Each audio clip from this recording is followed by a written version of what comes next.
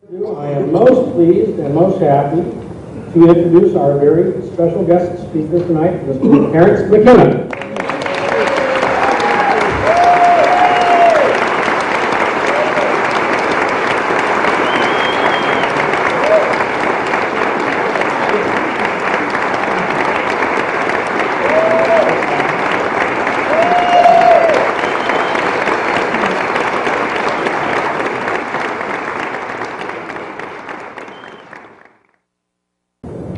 Well, it's a pleasure to be here. It's wonderful to see so many familiar faces and so many faces, period.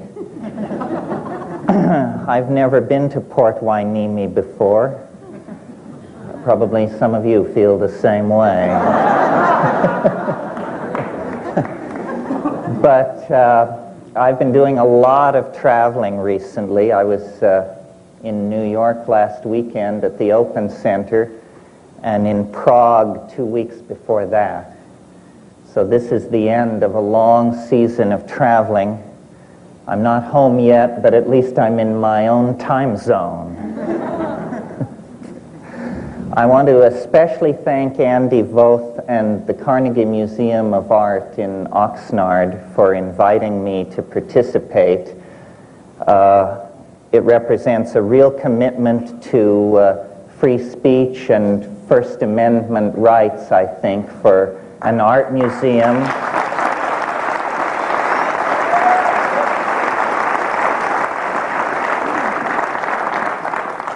Art museums have been taking some knocks recently, and so I think they doubly should be commended for their courage.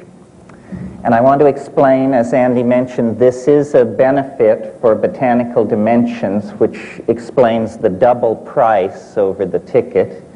All of this money will go to the preservation of medicinal plants with a history of shamanic usage. That is the special focus of our botanical garden in Hawaii. And before I start the formal lecture, I'd like to just say a little bit about that. As you know, the rainforests of the world are being cleared at a very frightening rate. And perhaps voices are beginning to be heard to halt this destruction of the natural environment. But whether it's halted or not, the destruction of the knowledge of native peoples concerning the uses of the plants in the rainforest, this is disappearing without doubt in the next 30 years because these people are moving into cities, taking jobs in the ordinary market economy, and thousands of years of accumulated folk medical knowledge is being lost. So the real world political work that Kat and I do is associated with Botanical Dimensions. We conceived it together many, many years ago, and then about 6 years ago, Kat took it over, put it on its official feet, made it a non-profit foundation, and has run it day to day since then, with tremendous energy and efficiency. So I'd like to acknowledge Kat McKenna here.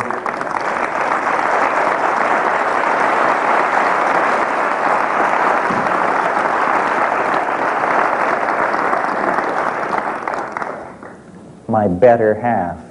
In fact, my only good half. And then I wanted to underscore what Andy said, a very special event 2 weeks from now at the Carnegie Museum. Roy Tuckman, Roy of Hollywood, bon vivant, countercultural figure, informational ferret of our time, will be recast as an experimental composer of great energy and imagination.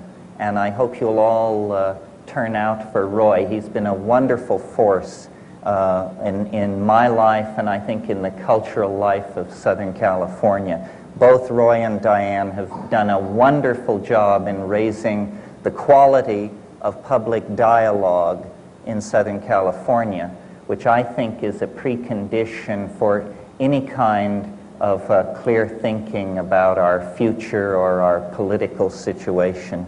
So here's to Roy and Diane.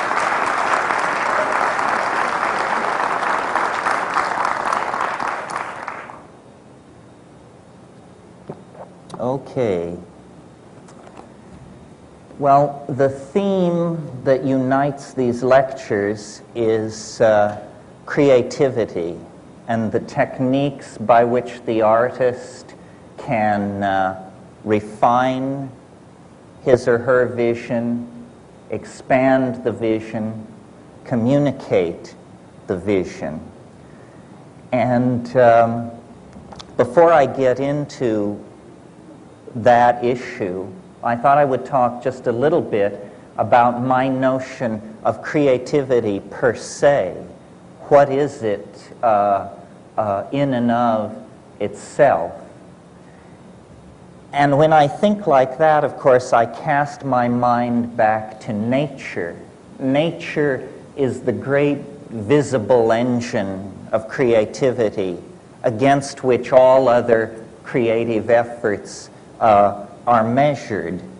And creativity in nature has a curious distribution. It's something which accumulates through time. If we stand back and look at the universe, we see that at its earliest moments, it was very simple. It was a plenum. It was without characters or characteristics. It was what in Hindu mythology is called the Turaya, which is described as attributeless. And naturally, if something is without attribution, you can't say much about it. It takes a while for it to undergo a declension into more creative realms. And these creative realms are distinguished as domains of difference. The precondition for creativity is, I think, disequilibrium, what mathematicians now call chaos. And through the life of the universe, as temperatures have fallen, more and more complex, compound structures have arisen. And though there's been, many a slipping back in this process, over very large spans of time, we can say that creativity is conserved, that the universe becomes more creative. And out of that state of creative fecundity, more creativity is manifest. So that from that point of view, the universe is almost what we would have to call an art-making machine, an engine for the production of ever more novel forms of connectedness, ever more exotic juxtapositions of disparate elements. And out of this, I believe, arises implicitly a set of principles that we can then apply to the human artist in the human world.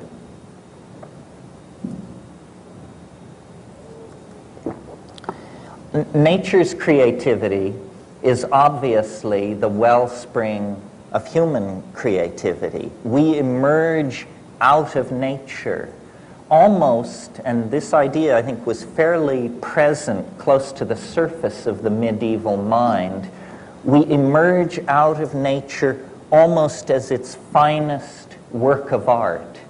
The medieval mind spoke of the productions of nature.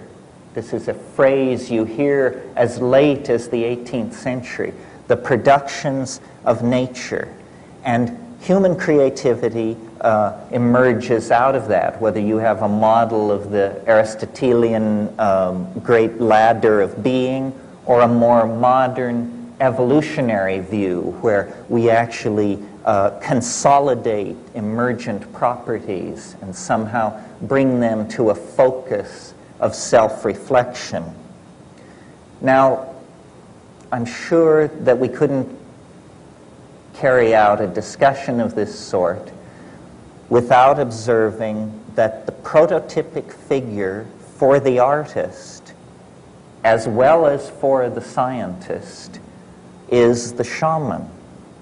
The shaman is the figure at the beginning of human history that unites the doctor, the scientist, and the artist into a single notion of caregiving and creativity.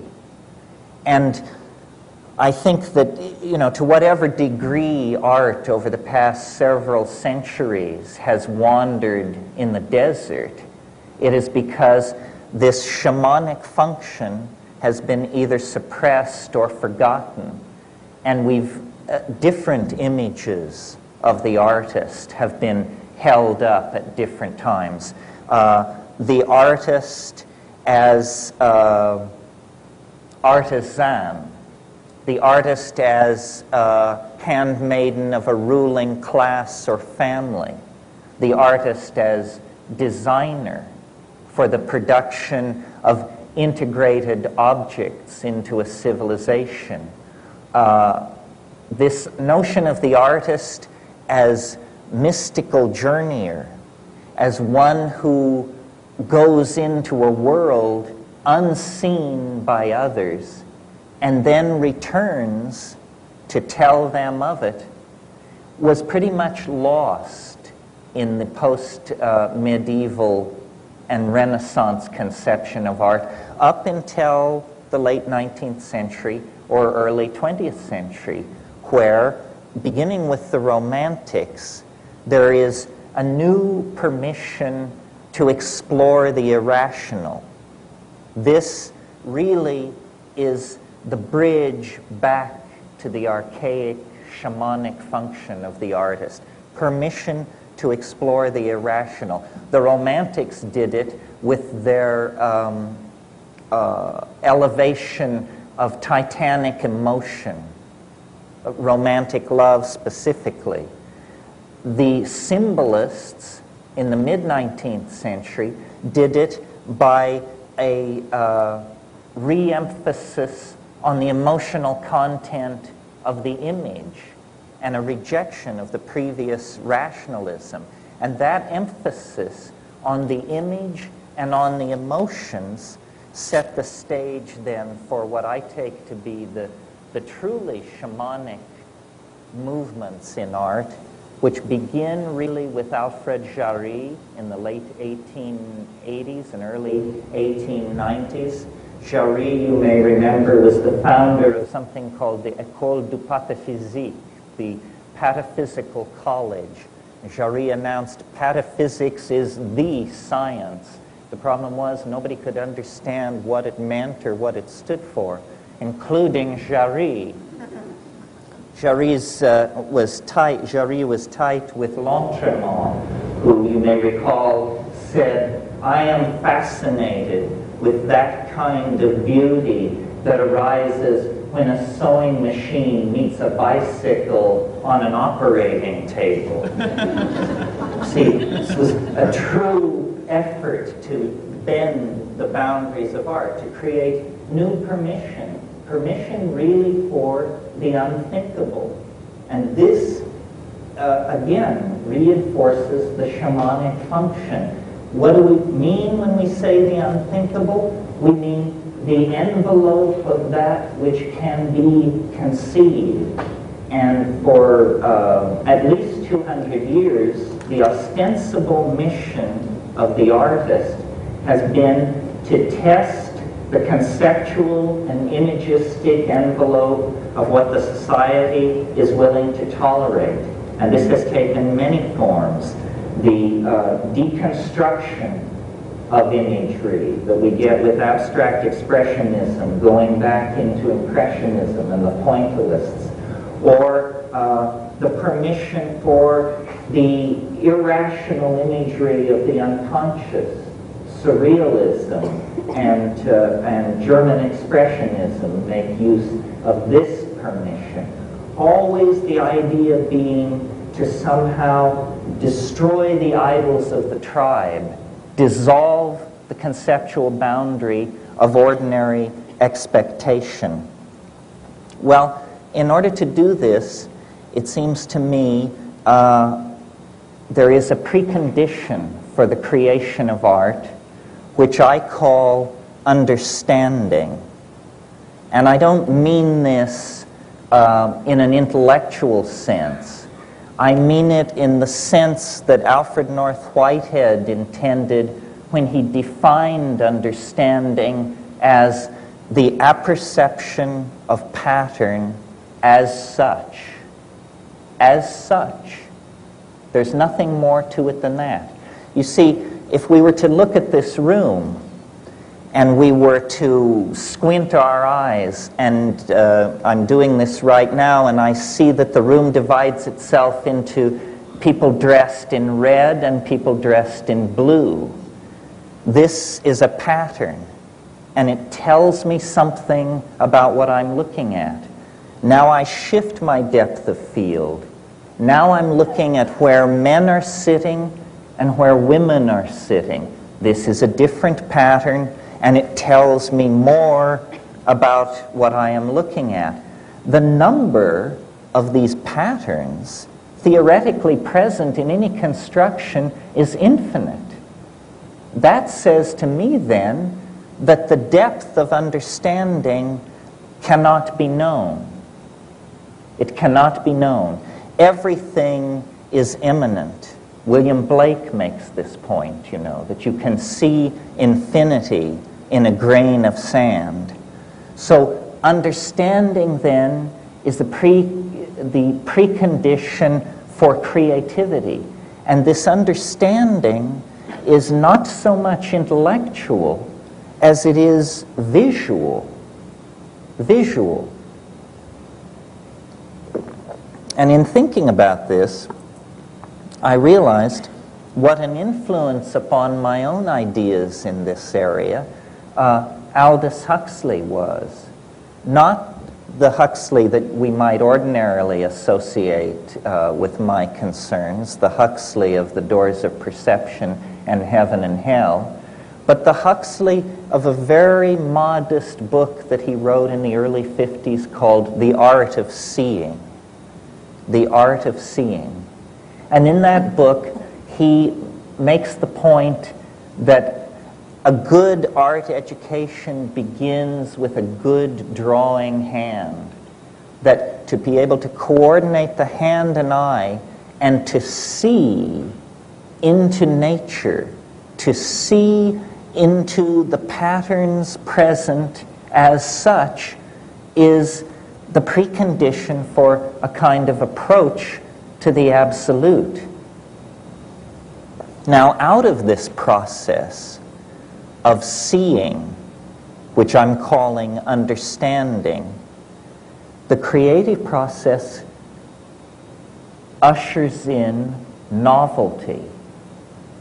And many of you have heard me speak of novelty in another context, in the context of nature as a novelty-producing engine of some sort, and ourselves almost as the handiwork of nature. But this same handiwork of nature, which we represent, we also internalize and re-express through the novelty of the human world. Well, now, if we take seriously the shamanic model as a basis for authentic art, then certainly in the modern context, what we see missing from the repertoire of the artist are shamanic techniques. And it's for the discussion of these shamanic techniques, I believe, that I was brought here this evening. So I want you to cast your mind back to a great seminal moment, germinal moment in the history of human thought, which was about 25,000 years ago, the great glaciers that had covered most of the Eurasian landmass began to melt. And human populations that had been islanded from each other for about 15 millennia began to recontact each other and reconnect. And out of this comes what is called the Magdalenian Revolution from 18,000 to 22,000 years ago. And what it is nothing less than a tremendous explosion of creativity and aesthetic self-expression on the part of the human species. We find for the first time, bone and antler technology takes its place along with stone technology. Musical instruments appear over a wide area. And cave paintings, some paintings in areas and recesses so remote from the surface of the ground that it takes several hours to reach them, are painted and set up in dramatic tableaus specifically designed to bring together sound, light, and dance in hierophanies, extravaganzas of aesthetic output that invoke a kind of transcendent other, that human beings for the first time are trying to come to grips with and make some kind of cultural statement about. And this pulling into matter of the ideas of human beings, first, in the forms of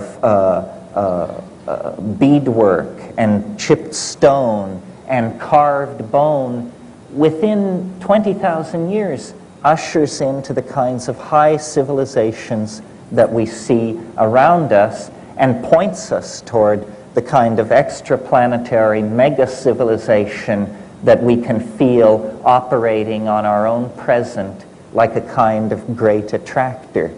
Now, this whole intellectual adventure in exteriorization of ideas is entirely an aesthetic adventure. Until very recently, utility is only a secondary consideration. The real notion is a kind of seizure by the tremendum, by the other, which then forces us to take up matter, clay, bone, flint, and put it through a mental process where we then excrete it as objects that have lodged within them ideas. This seems to be the special, unique, transcendental function of the human animal, is the production and condensation of ideas. And what made it possible for the human animal is language. If you're seeking the thumbprint of the transcendental on the myriad phenomena that compose life on this planet, to my mind, the place to look is human language. Human language represents an ontological break of major magnitude with anything else going on this planet. I mean, yes, bees dance and dolphins squeak and chimpanzees do what they do, but it's a hell of a step from there to Wallace Stevens, let alone William Shakespeare. Language is the unique province of human beings, and language is the unique tool of the artist. The artist is the person of language. And I've, given a lot of thought to this because the work that I've done with psilocybin mushrooms and the observations of psychedelic plant use in the Amazon centered around ayahuasca, lead me to the conclusion that it is the synergy and catalysis of language that lies behind not only the emergence of human consciousness out of animal organization, but then its ability to set a course for a transcendental dimension and pursue that course against all the vicissitudes of biology and history over 10 or 15,000 years. Language has made us more than a group of pack-hunting monkeys. It's made us a group of pack-hunting monkeys with a dream.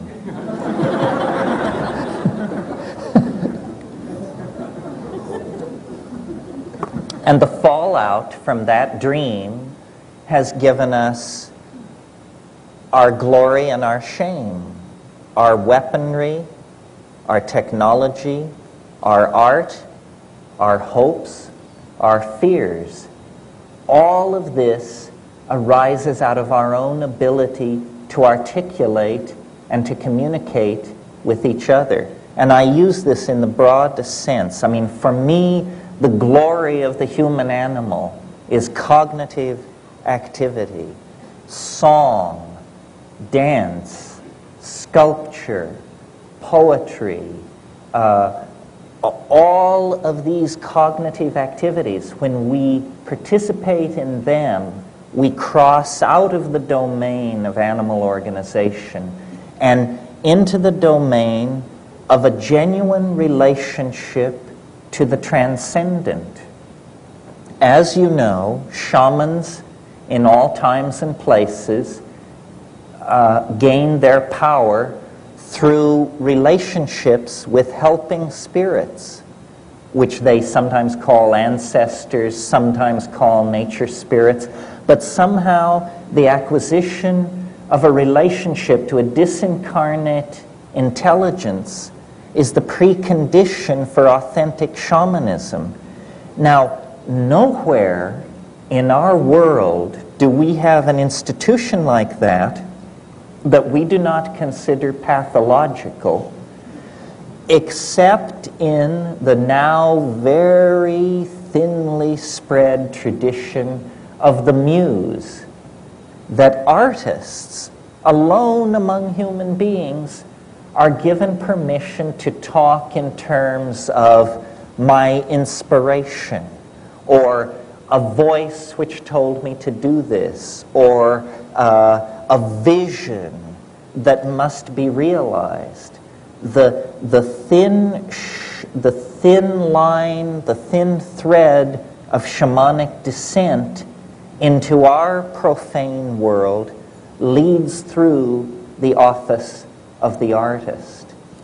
And so, if society is to somehow take hold of itself at this penultimate moment, as we literally waver on the brink of planetary extinction, then the artist, like Ariadne following her thread out of the labyrinth, is going to have to follow this shamanic thread back through time. And you know, one of the most disempowering things that has been done to us by the male-dominant culture is to brush out our footprints into the past. We don't have a clue as to how we got here. Most people can't think further back than the first Nixon administration, let alone, you know, the arrival of the Vikings, the fall of Çatalhöyük, the melting of the glaciers, so forth and so on. We have been disempowered by a rational tendency to deny our irrational roots, which are a kind of embarrassment to science, because science is the special province of the ego, and magic and art are the special province of something else. I could name it, but I won't. It prefers to be unnamed, I think. So, how seriously then are we to take this, I'll call it an obligation, to follow the shamanic thread back into time? Well, I think that it is a matter of saving our own souls, that this is the real challenge. You know, I love to dig at the yogins by saying nobody ever went into an ashram with their knees knocking in fear over the tremendous dimension they know they were about to enter through meditation. Still truer and more sad, still more true and more sad, is the notion that very few of us pick up our sculpting tools or our airbrush with our knees knocking with fear because we know we are invoking and acting with the muse at our elbow. And somehow I think the artists need to recover this sense of mystery. One of the most depressing things to me about the art scene, and I had a chance to reconnect with this because I was just in New York, is it now has a kind of directionless quality. You can go into a gallery and you cannot tell whether it is 1990, 1980, 1970, or 1960, because a kind of eschatological malaise has settled over art. All notion of any forward movement toward a transcendental ideal has been put aside for the exploration of idiosyncratic vision. And I grant you, this is a tension, and perhaps in the question period we can talk about this. There is a tension between the individual vision and the notion of an attractor or a collective vision which wants to be expressed. But to my mind, this is the same dichotomous tension that haunts the individual in his or her relationship to Tao. You know, we don't want to be lost in ego, but on the other hand, if we completely express the Tao, we have no sense of self. The ideal seems to be a kind of coincidentia oppositorum, a kind of literalizing of a paradox, where what we have is Tao, but we perceive it as ego.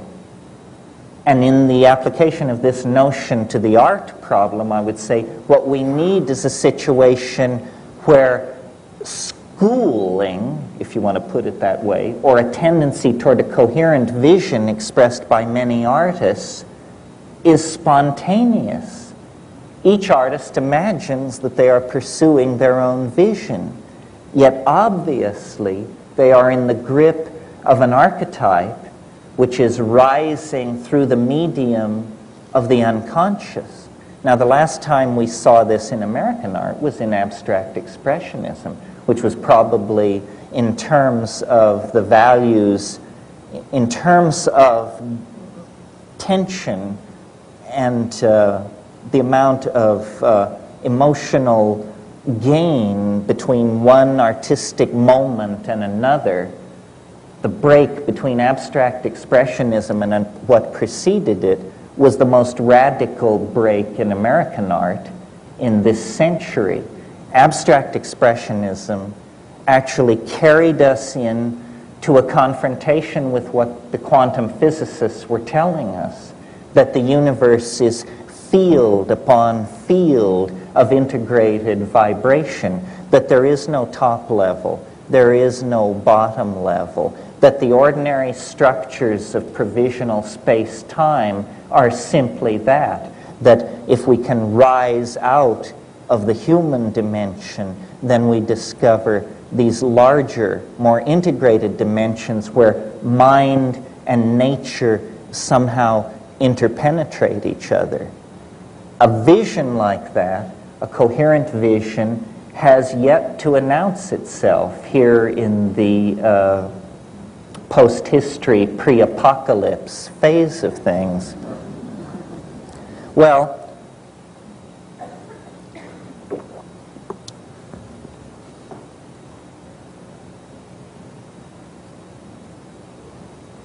I guess I have a kind of reactionary side when I think about the creative endeavor.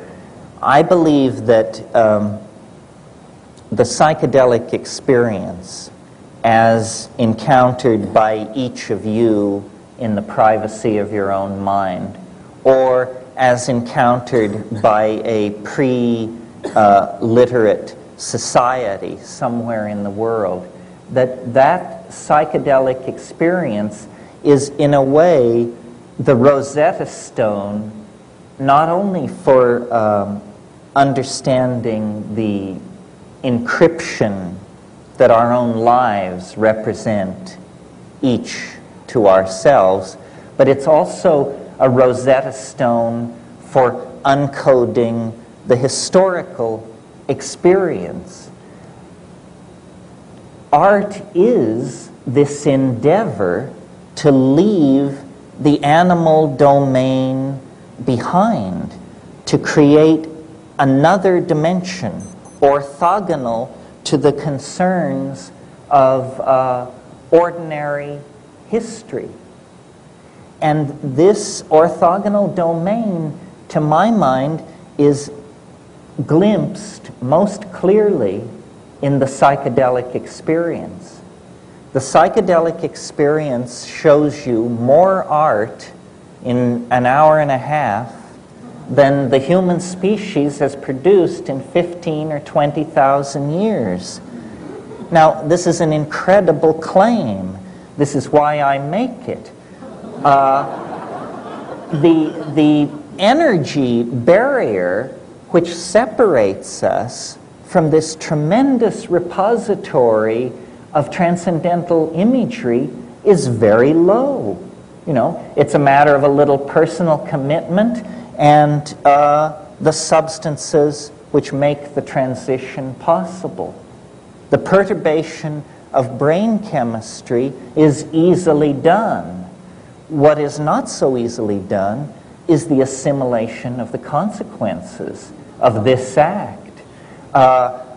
Ordinarily, we assume that consciousness is channeled between tremendously deep walls, that there is no way to force a confrontation with the other or the transcendent or the unconscious. We tend to assume that, you know, we're going to have to do double duty at the ashram for 3 decades before you're vouchsafed even a glimpse into these places. This is not true. Culture, and this is my message to artists and to anybody else who cares to notice, culture is a plot against the expansion of consciousness.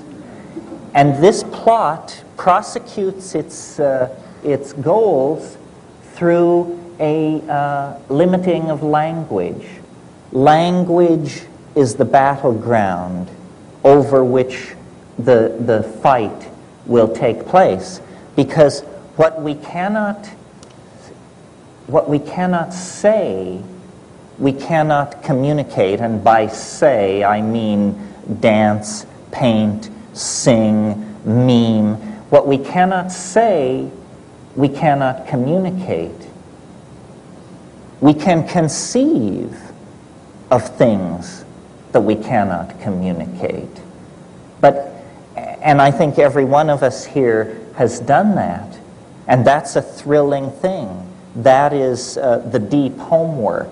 The psychedelic inner astronaut sees things which no human being has ever seen before, and no human being will ever see again. But in fact, this has no meaning unless it is possible to carry it back into the collectivity. And what motivates me to talk to groups like this is the belief that we do not have centuries of gently unfolding time ahead of us in which to gently tease apart the threads of the human endeavor and create a bright new world. That's not our circumstance. This is a fire in a madhouse. And to get a hold on the situation, I think we are going to have to force the issue. Well, one way of forcing the issue, or a chemical definition of forcing the issue when you're talking about a chemical reaction, is catalysis. We want to catalyze consciousness. We want to move it faster toward its goals, whatever those goals are. Well, I believe that to the present moment, language, again in the broadest sense, speech, dance, musical composition, language has just been allowed to grow like topsy. It's been a kind of every man for himself situation. Now, what we really need, as we see ourselves moving from one species among tens of thousands of species on this planet, over the past 10,000 years, we have redefined ourselves. And now, like it or not, we are the custodians of the destiny of this planet. Our decisions affect every life form on the planet. And yet, we are still communicating with each other with the extremely precise medium of small mouth noises mediated by ignorance and hate. This doesn't seem like the way to do business as we approach the third millennium. So what I'm hopeful for, and what I actually see happening, I mean, I think that we're on the right track. The birth of a new kind of humanity is going to take place, but there are still a lot of decisions to be made. How violent shall this birth be? What toll shall it take upon our mother, the earth? What shape shall the baby be in when it finally is delivered? These are the decisions that artists can mediate and control. Most people are afraid of the unconscious. This is why you can have a psychedelic compound like DMT, which is very much like ordinary brain chemistry, appears completely physiologically harmless, only lasts 10 minutes, extremely powerful, and generally in this society you have no takers. This is because there has been a failure of moral courage. And the failure of moral courage is perhaps most evident in our own community, the community of the artists. In a way, it's the poets that have failed us because they have not provided a song or sung a vision that we could all move in concert to. So now we are in the absurd position of being able to do anything, and what we are doing is fouling our own nest and pushing ourselves toward planetary toxification and extinction. This is because the poets, the artists, have not articulated a moral vision. The moral vision must come from the unconscious. It doesn't have to do, I believe, with these post-meaning movements in art, deconstructionism, and this sort of thing. I mean, I'm basically putting out a very conservative, but I think exciting program for art, that art's task is to save the soul of mankind, and that anything less is a dithering while Rome burns. Because if the artists who are self-selected for being able to journey into the other, if the artist cannot find the way, then the way cannot be found. Ideology is extremely alien to art. Political ideology, I mean. And if you will but notice, it is political ideology that has been calling the shots for the last 700 or 800 years. We can transcend politics if we can put some other program in place. You cannot transcend politics into a void.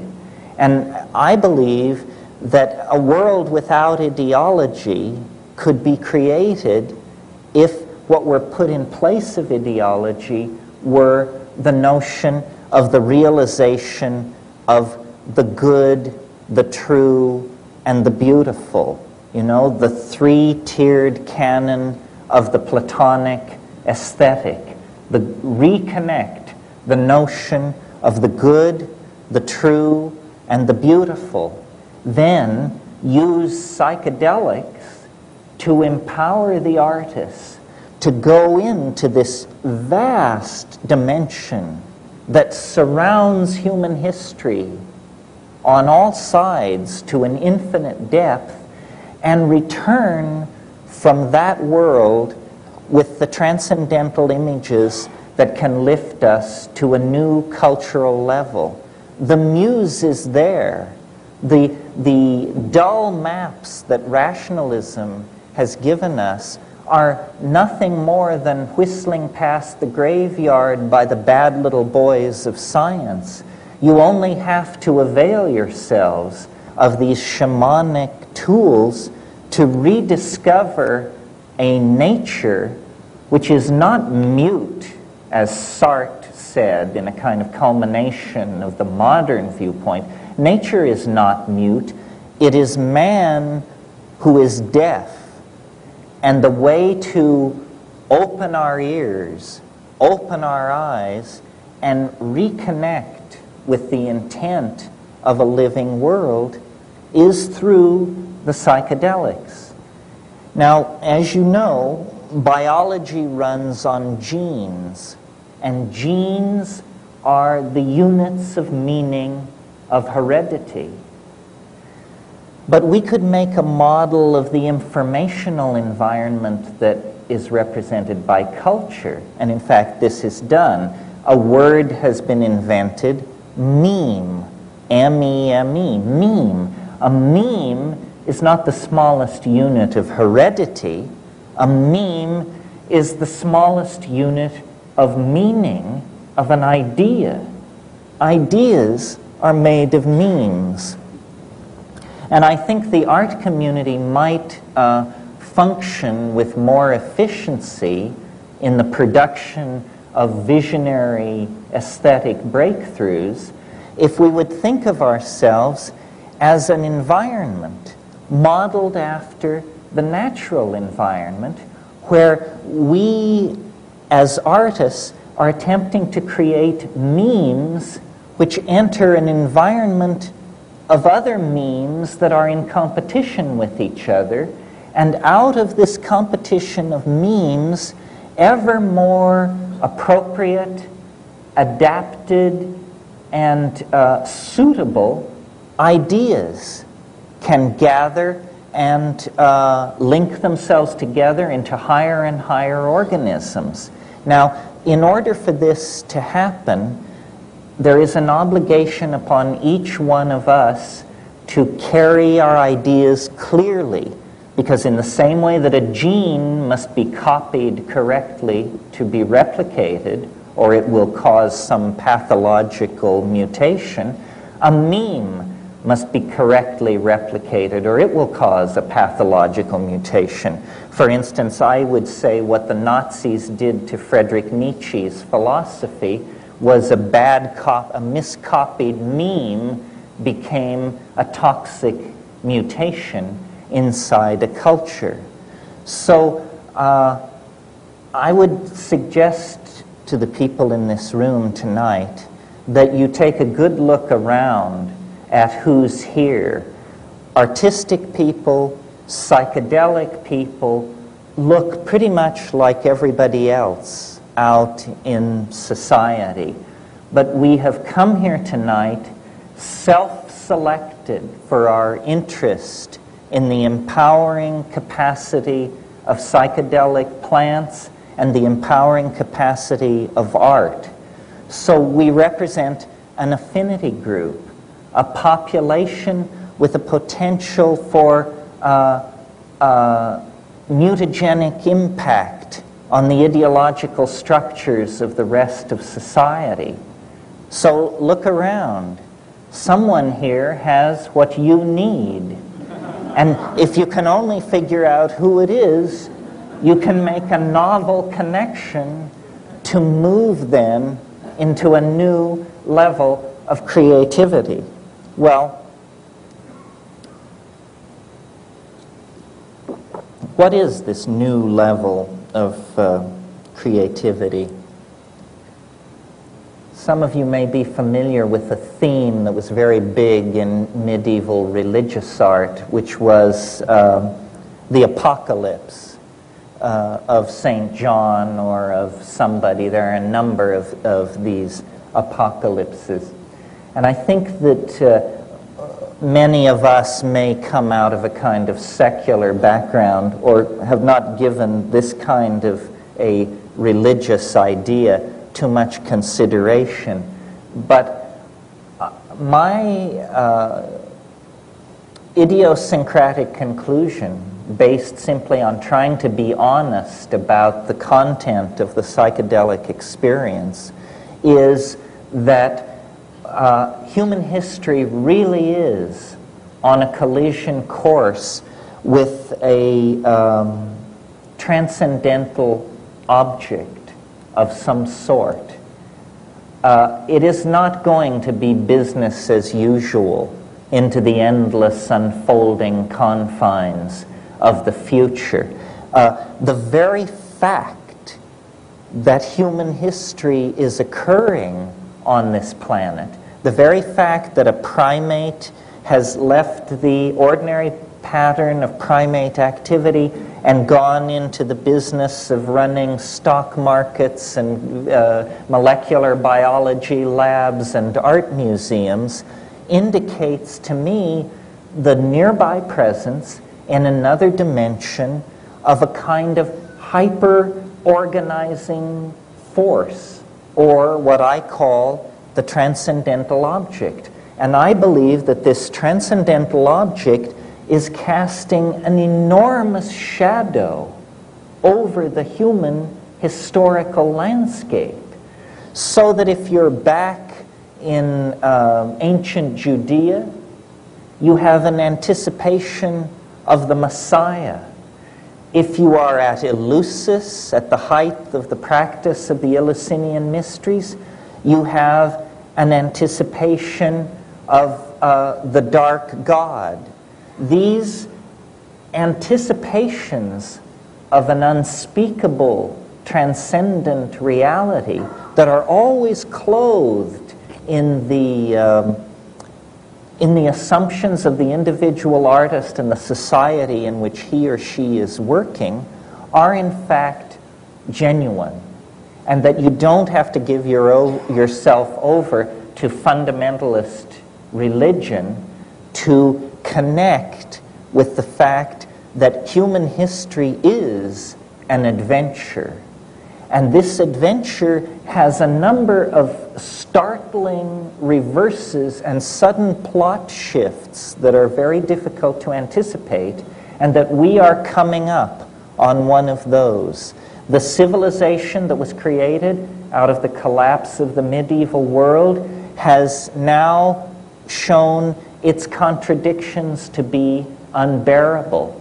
And though no one of us knows what the shape of the new civilization will be, somehow, in the singing of the ayahuasca songs in the rainforest, in the tremendous hypermetallic transcendental off-planetary flash of psilocybin, in the teaching of the self-transforming machine elves that seem to dwell in the DMT dimension, we see that the ordinary linear expectations of history are breaking down, and that the truth of the immanence of the mystery is breaking through all the structures of denial of the male dominator paradigm that has been in place so long. The way to make this birth process smooth, the way to bring it to a conclusion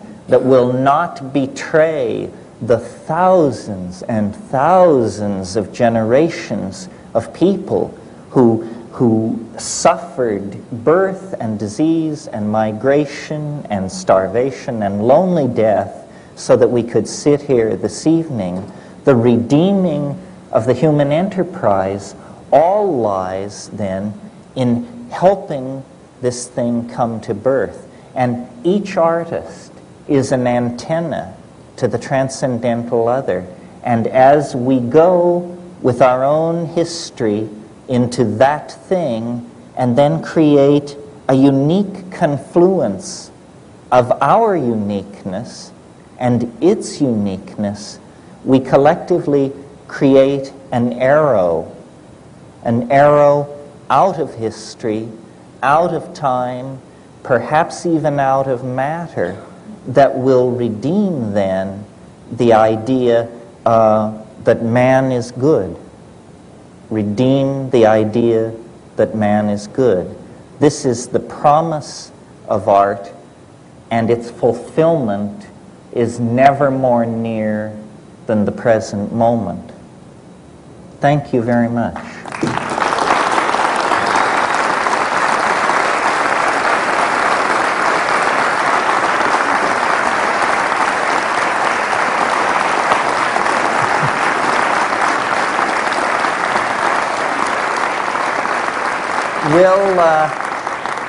I think we'll take a 10 or 15 minute break, and then we'll come back and you can have questions, and we'll do that for a little while. Thanks very, very much. Now I'm happy to take questions. Here.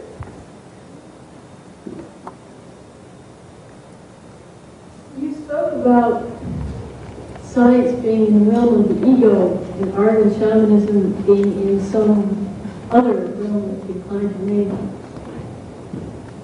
My own psychedelic experience convinced me of the existence of that other realm, but I felt not enough sense of personal power to be that antenna that you're saying that artists can be for bringing that to others, until I became convinced of the existence not only of me within that other realm, but that other realm within me. And perhaps the psychedelic experience prepared me for that second awareness, but perhaps you could comment on how, if possible, that second awareness could become more easily accessible in the psychedelic experience. What do you mean by the second awareness? Say a little more about it. Of being aware that other realm is something that's also very personal and... Well, yes, I mean, it seems it's a landscape that begins within the self and seems to extend into the world. I mean, one of the very puzzling things about the psychedelic experience is that it argues that we are not atomic individuals running around in some kind of society, but that if you actually drain the psychic water away, you'll discover that we're all connected at the roots, that it isn't a journey to another world, it's a journey inward to a world that is already present and there. The astonishing thing is how alienated we are from our own interior, from the interior world, to the point where we can hardly recognize it. I mean, I've talked a lot about the alien nature of the psychedelic experience and how it seems to be mappable over something as radical as the UFO experience. This is because we truly do not know who we are. The past 10,000 years have been so disempowering to us. We are really like the children of a dysfunctional relationship. We don't know where we have come from. It's very hard for us to emotionally connect with the consequences of what we're doing. I mean, that really horrifies me, that this is a society that loots the future. I mean, the symbol of that is devouring of children. We literally, for our own comfort in the present moment, are making it very difficult for future generations to contemplate having anything approaching the level of resource availability that we have. And this kind of situation could not be tolerated if we had not gone through a tremendous series of traumatic, emotionally disemboweling experiences. You know, the Native Americans have a litmus test for all activity. Does it serve the children? And so much of what we do is so anti-future that it's almost as though the fundamentalist position exists to permit the destruction of the environment. I mean, this was perfectly encapsulated by this clown James Watt, who was Secretary of the Interior and said, we don't need to expand the national parks because Jesus is coming. I mean, this is a mentality so against the grain of the obvious that it has to be looked upon as pathological. Another question, here in the corner. Hello, Terence. How are you? I've known you for a long time, but you've never met me. I'm one of Roy's night people. And I guess I got to preface this remark in saying that I got about a $50,000 education and 3 degrees, college degrees in psychology, but I've never learned anything like I've learned from listening to Roy's show on KPFK.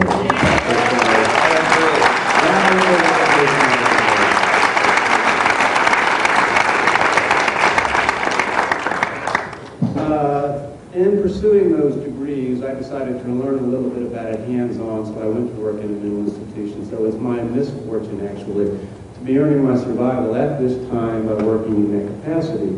I would like to see psychology take a different direction, and I know that what you're talking about provides a focus and a direction for psychology to take, which I think would blow the lid off of things, so we would really get close to, I'm in total agreement that Freud and Jung discovered the psychonscious about 100 years ago, but they discovered it at 900 yards with a spyglass, like you said in Santa Fe. How do we get closer to this in this kind of society? That's the first part of this question. And the second part of this question, I'm a little bit nervous speaking in front of all these people, but the second part of this question has to do with a study that you spoke of in '72, where with single-dose administration of LSD, alcoholics were achieving a 72% success rate. And I would like you to speak a little bit on the pro-psychedelic approach being an anti-drug approach. Yes, well, thank you for giving me the opportunity to make the point, because in the present atmosphere of hysteria and misinformation, this is too easily run over.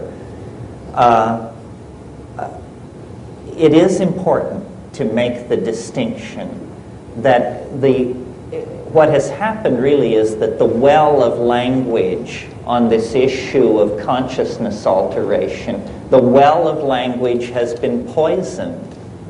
where you cannot make any sense if you use the words that have been granted us to use. I mean, let's take the word drug.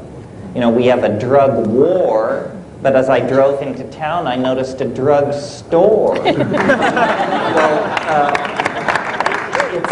It's that we, you know, with that compressed vocabulary, you can't make any sense at all of what's going on. So I think what we have to do is make an operational argument about drugs and say, you know, what is it that society finds offensive about drug abuse? And then what does that have to do with psychedelics? Well, my own analysis of this is that what is offensive about drug abuse is a unconscious, repetitious, and demonstrably destructive pattern of behavior. And whenever you see someone behaving that way, everyone feels repulsed and brought down. And in fact, severe drug addictions are like this. But as a matter of record, this is what psychedelics make absolutely impossible. Number one, the notion of unexamined behavior. How can you have unexamined behavior if you take psychedelics? It holds you up into a blast furnace of self-reflection. It does not promote repetitious drug use. I mean, I consider myself a great fan of psilocybin, and if I can screw my courage to the sticking point a couple of times a year, I'm doing all right. I know someone who says DMT is their favorite substance. And when I asked them, when was the last time you did it, they said 1968. And it lasted 3 minutes. This is not a pattern of drug abuse, you see. So it's a matter of educating the public, and this is probably a good place for me to get a pitch in. I wrote a book on contract for Bantam, and hopefully it'll be out next fall. And I'm hoping, I want to call it, and I'm hoping they'll go along with me, Why Eve Was Right, Plants, Drugs, and History. Because right there, in the beginning of the Western story in Genesis, what you get is it's the story of history's first drug bust. It's the story of a woman who follows her own mind and makes a decision about consciousness alteration, and then it works. I mean, she says, and they were naked, and she perceived them as naked. In other words, she got true information about the situation.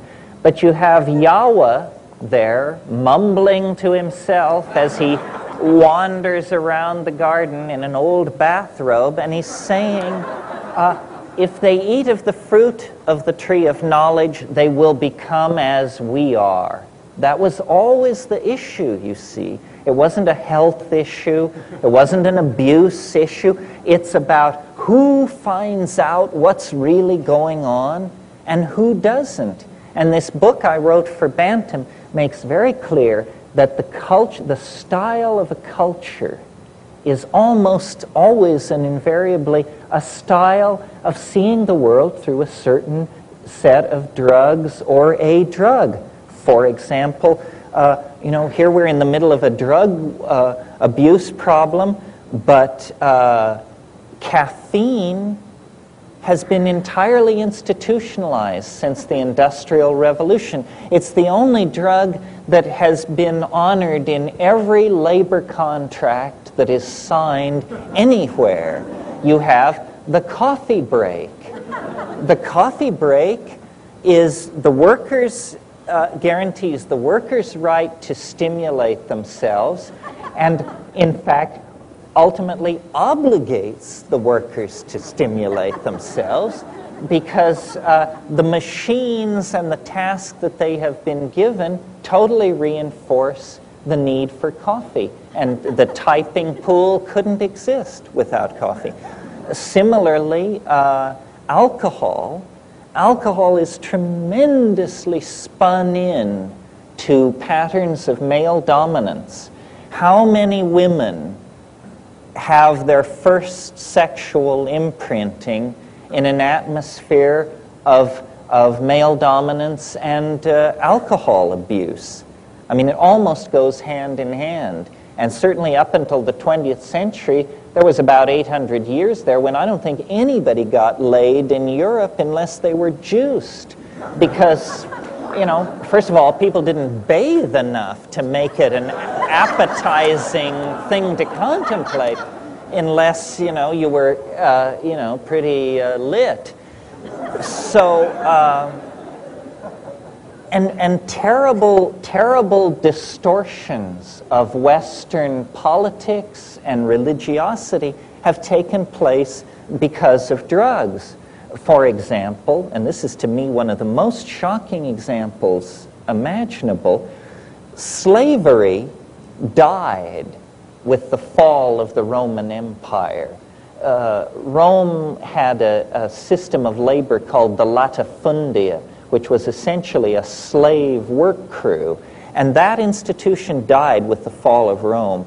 During the medieval period, if you were into slavery, it meant you had one slave, and this slave was extremely well looked after and cared for because they were a symbol of munificent opulence on your part that you could afford such a luxury. It was like having a Maserati to have a slave.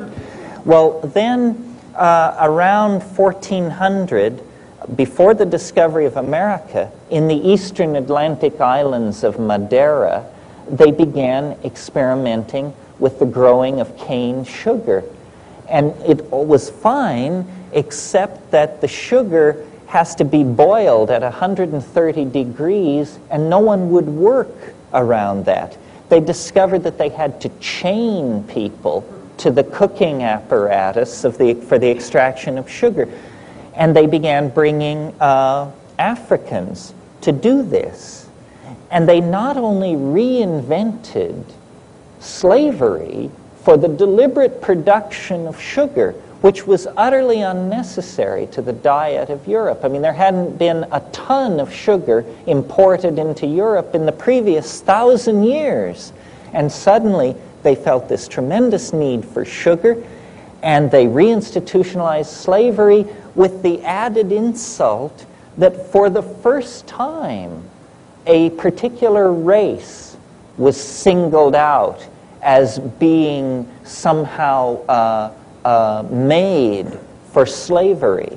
And this is the beginning of black xenophobia on the part of Europeans, the association with the sugar trade. By 1800, every pound of sugar being imported into England was being produced by slave labor. And slavery was going at a rate that had not been seen since the Rome of Caligula, all in the name of commerce, all in the name of having this essentially trivial kick from sugar. So it's really important to educate ourselves as to what constitutes a drug and how drugs are legislated against and suppressed or promoted and advertised entirely according to whether they fit into the agenda of the reigning model of culture, whatever that may be. Yeah, here. Yes.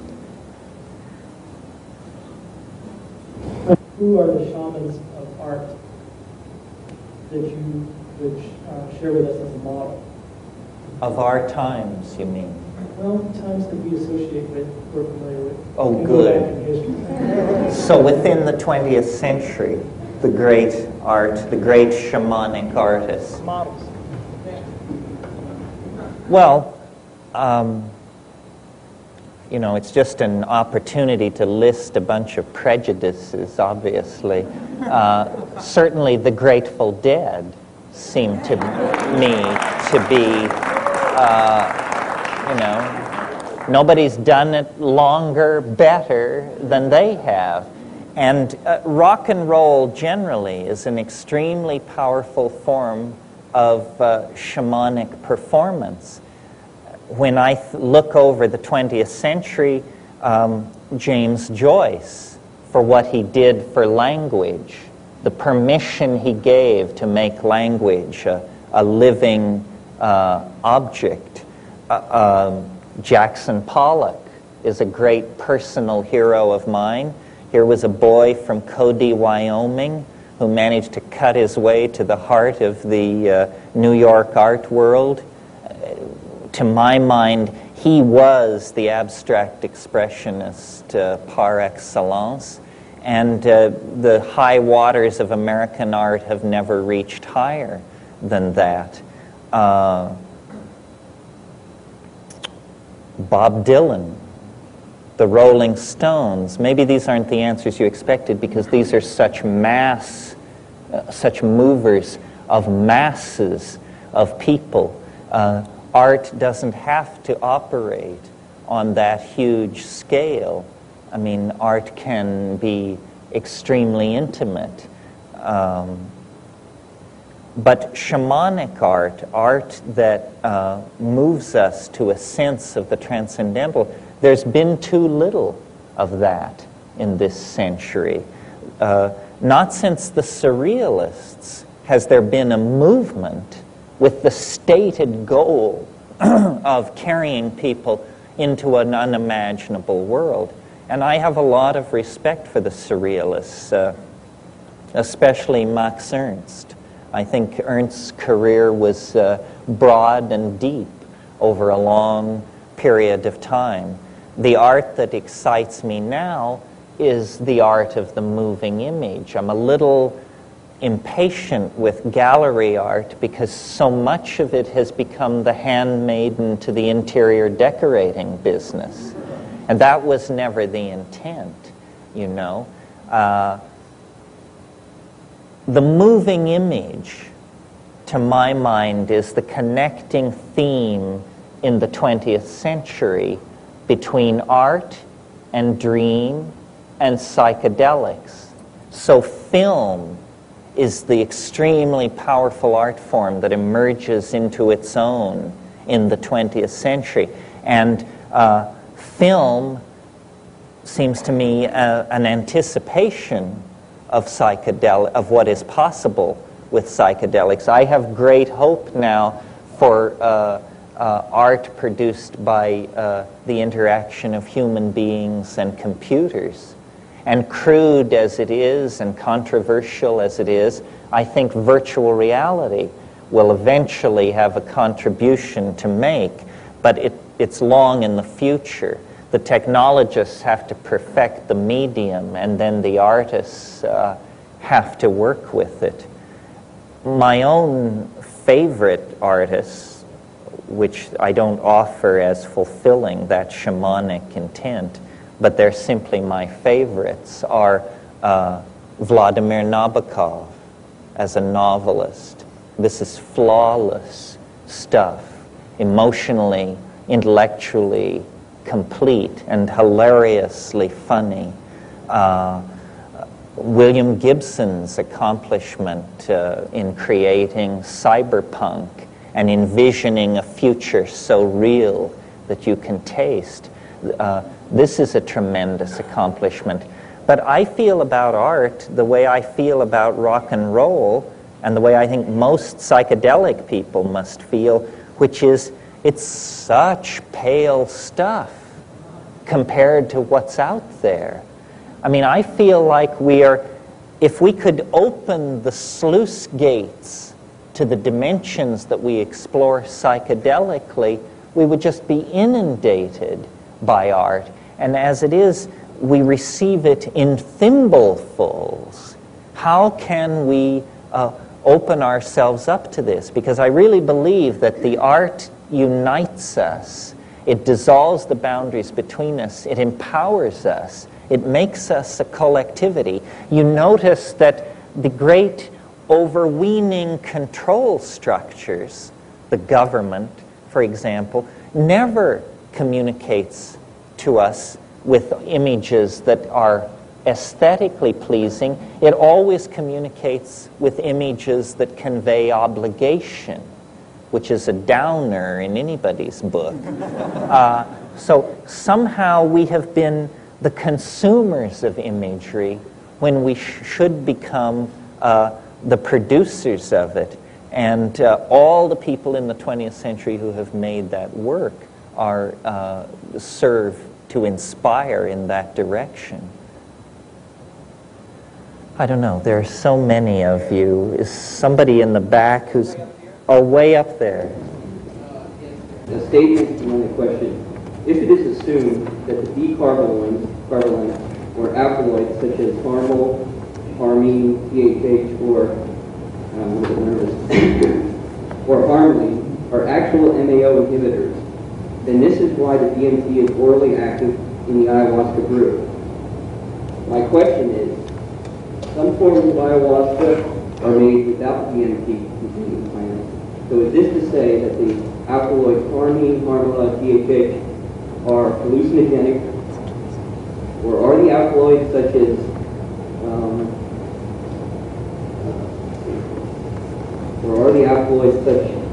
just inhibiting the MAO from limiting serotonin and dopamine levels in the brain? I don't know if you follow that. No, I follow it. Okay. The question is, do I remember it?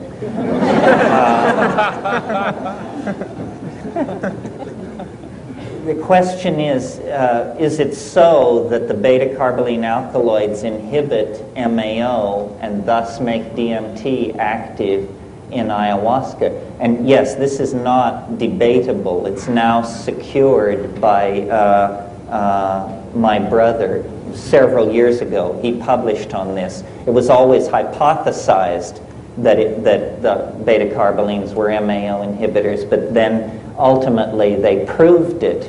Well, so then the questioner went on to ask, if this is so, then what about these cases where beta-carboline alkaloids are reportedly taken without DMT, and then what does this mean? Is it hallucinogenic on its own?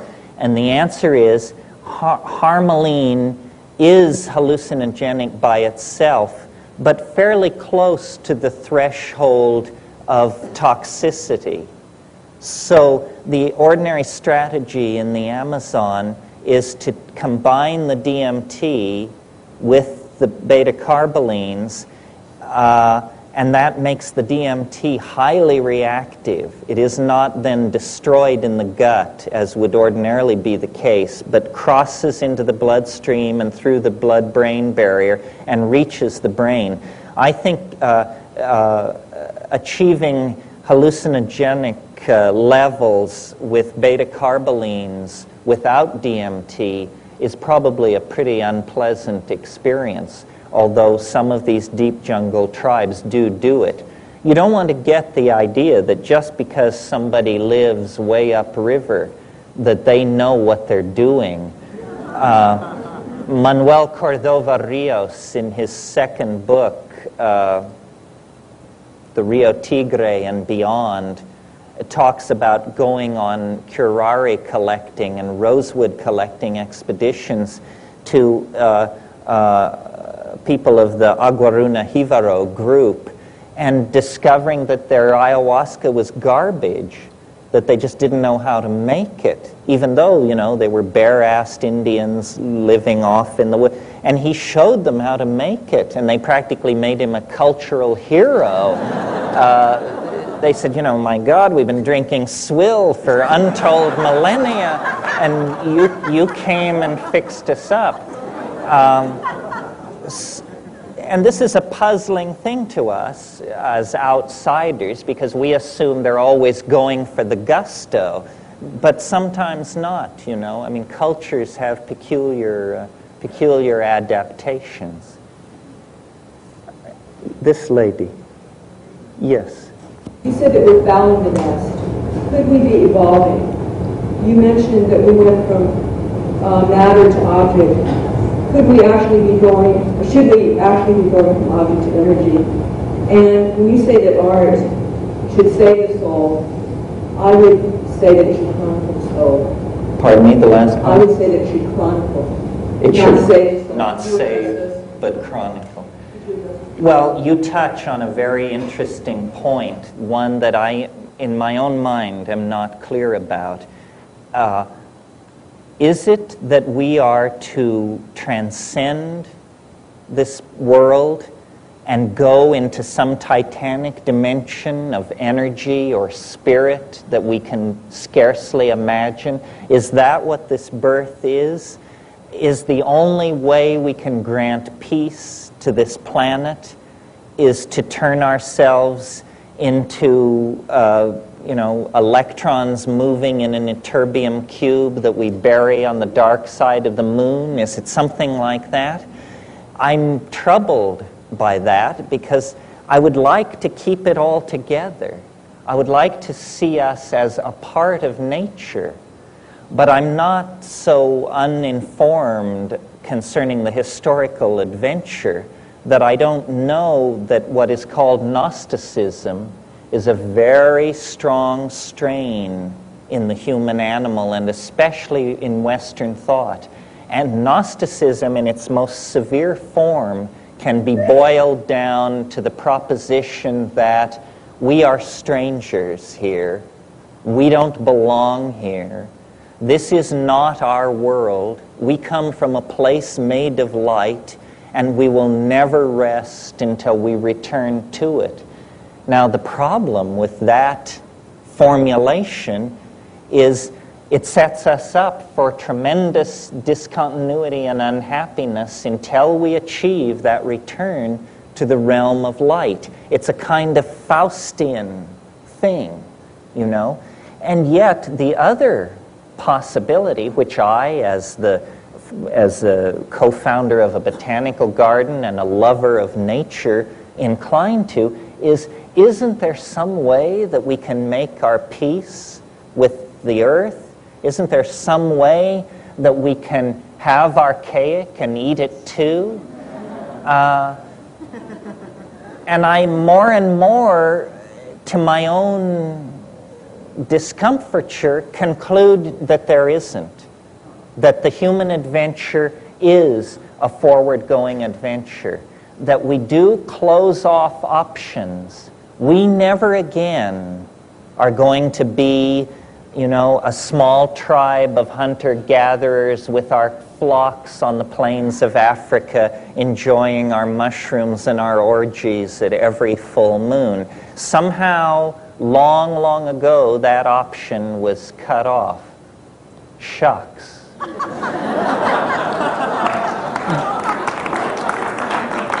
But I think that it's good to cultivate this poignancy, that if we're going to go storm Arcturus, at least we should do so with some sense of what has been left behind, and not just turn ourselves into mechanical technocrats. Somehow the living spirit has to be brought with us. And this is really the high task for shamanism.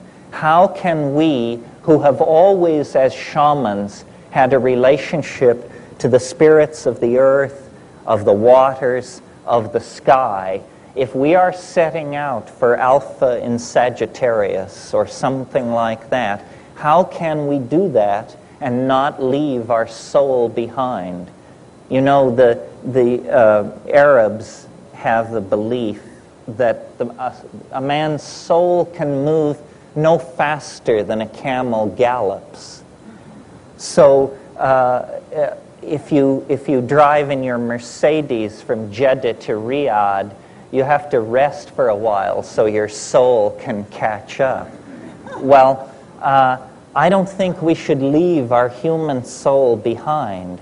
Somehow we have to internalize the entirety of the biological world if we are going to become a spacefaring species. Otherwise, we are going to get out there and discover that something vital was left behind.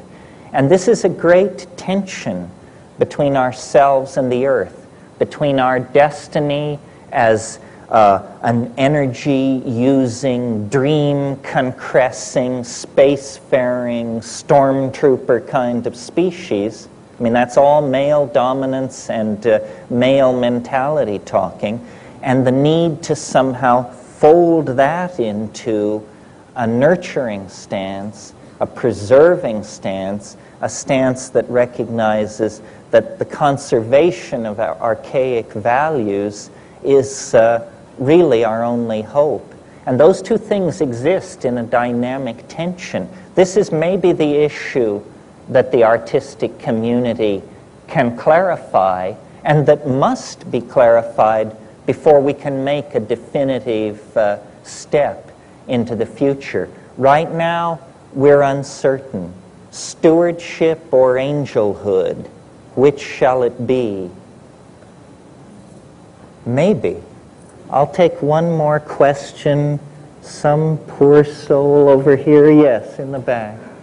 When I think of Superman, I think of a sexist, very something that I never really wanted to embrace at all. I mean, so I would like to say, what is it to me that I'm missing that would explain why this vision is really important for us to reconcile with Superman. Well, I don't really think of it as the Nietzschean Superman, but something you said. You know that poem by Yeats called Sailing to Byzantium? And there's this wonderful phrase in there. I'm not sure I can quote it perfectly, but it goes something like this. Once out of nature, I would be a thing of gold and gold enameling. Once out of nature, he means once he's dead. Once out of nature, I would be a thing of gold and gold enameling. And then he says something about a nightingale set to sing for the lords and ladies of Byzantium, of what has been and what will be. But what it is, you see, is the image of the condensation of a quasi-mechanical object, the soul as object, as objectification. And to my mind, this is where the image of the UFO has something to teach us. The UFO is not an extraterrestrial machine that haunts the skies of the Earth. The UFO is a totality symbol thrown off by our tangential approach to the end of history. I think that, yes, the Nietzschean Superman, that whole thing was tried by the Nazis, and they realized it in its full expression, and it was nightmarish. What I'm proposing is more, there's no man in it. It's the concrescence of the collective soul of humanity, that somehow I see history as an alchemical task and process, and the artist as artificer. It is the task of the artist to complete this alchemical concrescence. And it's a kind of irrational thing. It is irrational. It's that mind and matter are approaching each other on a trajectory that will bring them together with no damage to the quintessential nature of each. And we can't imagine that, because for us things are mind or matter. We can't conceive of a coincidentia oppositorum, and yet it's that which we must hold in our mind if we want to see truth. I mean, even in quantum physics, they teach you that the universe is composed of what they call islands of Boolean algebra embedded in an ocean of ordinary algebra. What they mean is they're having their archaic and eating it too. They're trying to say that it's both and. And it is an irrational process. It isn't a Nietzschean program of realization. It's a kind of an opening. Something wants to be born. The promptings of our religions, with all the irrational and hysterical trappings that attend them, nevertheless have a core perception that there is, between man and nature, a kind of compact. And this compact it will be redeemed. I mean, I really think that this is the psychedelic faith, that we are the prodigal species. We have descended into the inferno of matter to try and recover the pearl of immortality. The pearl of immortality is the perfected and reconstructed earth. And somehow we are to be the critical factor in this equation, or the point species. We are not acting for ourselves. We are the energy manipulating species that I believe carries the hopes of all life. All nature is watching this drama. The life of our star is finite. The life of the planet is finite. But potentially, self-reflecting understanding may be, in fact, immortal. And yet it is breaking out of the trappings of matter. And this is a process so large, so strange, that I don't think a single mind can encompass it within a single moment. It's something that we triangulate over and over again. And for me, the psychedelic experience is how you do that. The psychedelic experience is literally a rising into a higher dimension in the geometric sense. And from that higher dimension, the psychedelic voyager carries out a transecting of the lower dimensional object, which is the world.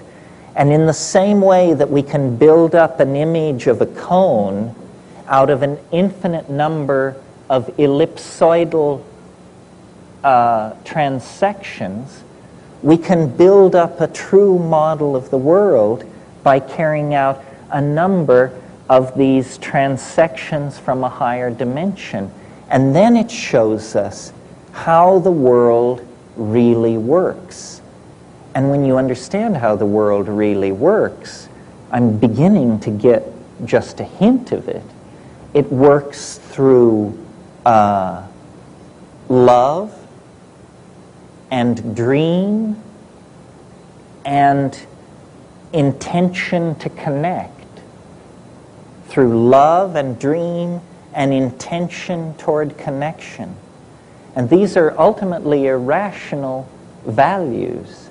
And they ultimately must be irrationally embraced, because the momentum toward a rational conclusion is tremendous, but unfortunately completely fatal. And this is the invitation that the artist has always extended toward a radical break with the momentum of rationalism. It's simply that now, in this moment of tremendous crisis, when the artist is at last called upon to perform, and there must be no stitches dropped, because this dance is the dance of transformation of the planet itself. This is the moment of empowering. This is what all the shamanism of the past built toward, this final magical invocation. James Joyce said, man will be dirigible. That's simply a way of saying that we will find a way to make our dreams and the dreams of the planet and the life it carries one dream. And the way to do it is to reconnect up to the Gaian mind through the channels of communication that were always there, but that have not been really taken up since the late Neolithic. It's time for us to call home, and you know how to do it. It's just a matter of having the courage to do it, to act, and then to have that empowering act spread back through the psychology of the planet. I am very optimistic. I think we are awakening to a new day from a long, long night of the soul, but it must be done collectively, gently, lovingly, and with a complete faith that we are an infant held in the arms of nature, that nature wants this to happen, that we are not an aberration. We are, granted, peculiar, but we are not an aberration. We are a necessary oddness to the completion of the whole, and this is our glory, and this is why we've been graced with self-reflection. And we can redeem that tremendous empowerment by going forward in love and faith to save the world through art and the pursuit of meaning. Thank you very, very much.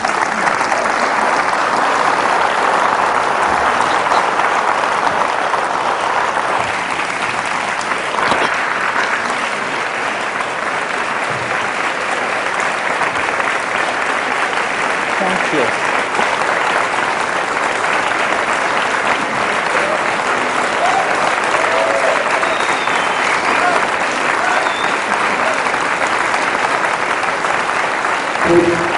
Tapes are available in the front to make performances.